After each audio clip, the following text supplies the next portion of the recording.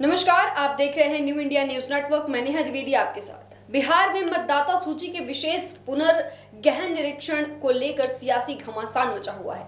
विपक्षी दलों ने इस प्रक्रिया को लेकर गंभीर सवाल खड़े किए हैं और आरोप लगाया है कि यह गरीब, दलित, मुस्लिम और प्रवासी वर्गों को लक्षित कर उनके नाम मतदाता सूची से हटाने की साजिश है। वहीं चुनाव आयोग ने इन आरोपों को बेबुनियाद बताते हुए कहा है कि यह प्रक्रिया पूरी तरह से संवैधानिक है और इसका उद्देश्य केवल फर्जी और दोहरी प्रविष्टियों को हटा रहा है। लेकिन इन सारी प्रक्रिया के तहत आखिर एसआईआर का मुद्दा क्यों गरमाया हुआ है, आइए थोड़ा इस पे भी नजर डालते हैं। एसआईआर है क्या? दरअसल सबसे पहले ये समझ लेते हैं कि स्पेशल इंटेंसिव रिवीजन होता क्या है। इसके तहत चुनाव आयोग का काम मतदाता सूची को अपडेट करना होता है। इसमें अगर किसी व्यक्ति का निधन हो गया हो, किसी व्यक्ति का क्षेत्र बदल गया हो आदि, तो ऐसे शख्स का नाम मतदाता सूची से हटा दिया जाता है। जबकि अगर कोई 18 वर्ष का हो गया हो तो उसका नाम वोटर लिस्ट से जोड़ दिया जाता है।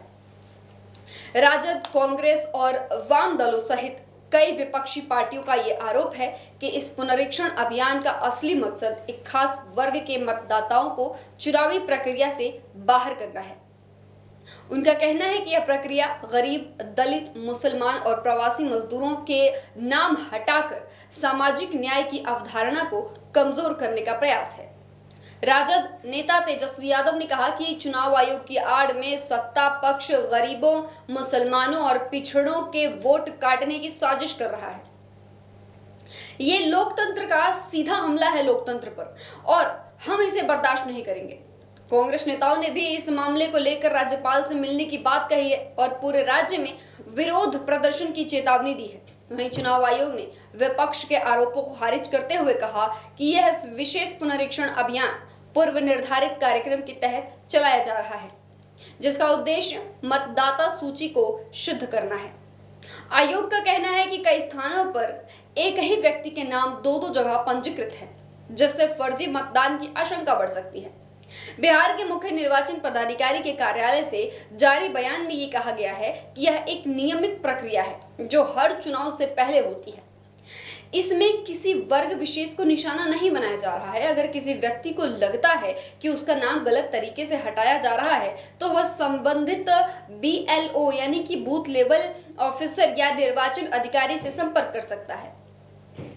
विपक्ष का ये दावा भी है कि इस प्रक्रिया में सबसे ज्यादा नुकसान प्रवासी मजदूरों और मुस्लिम मतदाताओं का हो रहा है।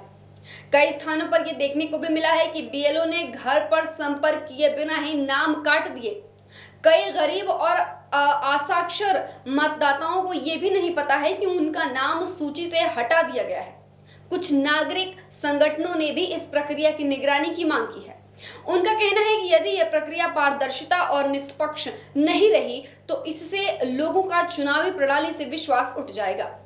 राजनीतिक विश्लेषकों का मानना है कि यह मुद्दा आगामी विधानसभा चुनाव से पहले बड़ा राजनीतिक मोड़ ले सकता है। फिलहाल के लिए बिहार की सियासत में बस इतना ही। जुड़े रहिए हमारे साथ, देखते रहिए न्यू इंडिया न्यूज नेटवर्क।